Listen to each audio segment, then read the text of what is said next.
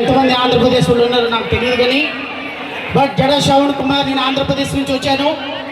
ఆంధ్రప్రదేశ్ ఇక్కడ ఉన్నటువంటి తెలుగు వాళ్ళు ఎవరు ఉంటే దయచేసి చేయొత్తమని కోరుతున్నా. తెలుగు వాళ్ళు ఇక్కడ ఎంతమంది ఉన్నారు?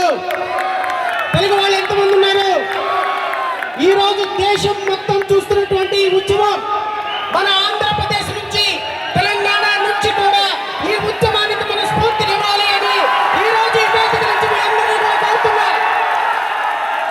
ఇది కేవలం ఒక ఉద్యమం, నార్త్ ఇండియా ఉద్యమం కాదు, భారతదేశం మొత్తం ఉద్యమం అని ఈ వేదిక నుంచి మనం ఒక ఉద్యమం స్టార్ట్ చేయాలి. ఇది భారతీయ జనతా పార్టీ ఆర్ఎస్ఎస్ కోసం జరుగుతున్న ఉద్యమం కాదు, ఇది ఒక స్వతంత్ర మహాసంగ్రామం కోసం జరుగుతున్న ఒక ఉద్యమంగా మనం మొదలు పెట్టాలి.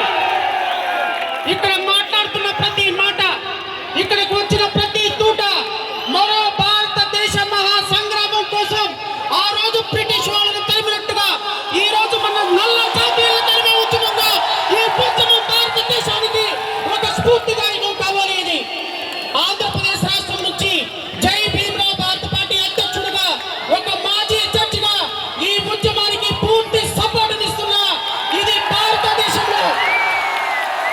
భారతదేశంలో నీటి ఉద్యమం, ఒక నీటి ఉద్యమం కోసం, ఎగ్జామ్ కోసం జరుగుతున్న ఉద్యమం కాదు. గత 5 సంవత్సరాలలో 95 మంది మన అక్కలని అన్నల్ని పోగొట్టుకున్న ఉద్యమానికి స్ఫూర్తి ఈ ఉద్యమం.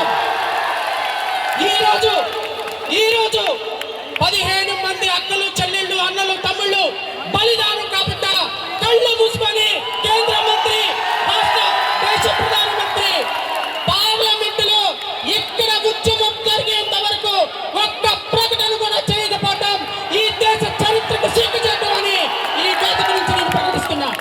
ఇక్కడ జరిగిన ప్రతి ఉద్యమానికి, ఇక్కడ ఉన్న ప్రతి వ్యక్తికి పాదాభివందనం చేస్తూ I salute to entire the country and youth of this country. I am also expressing my sincere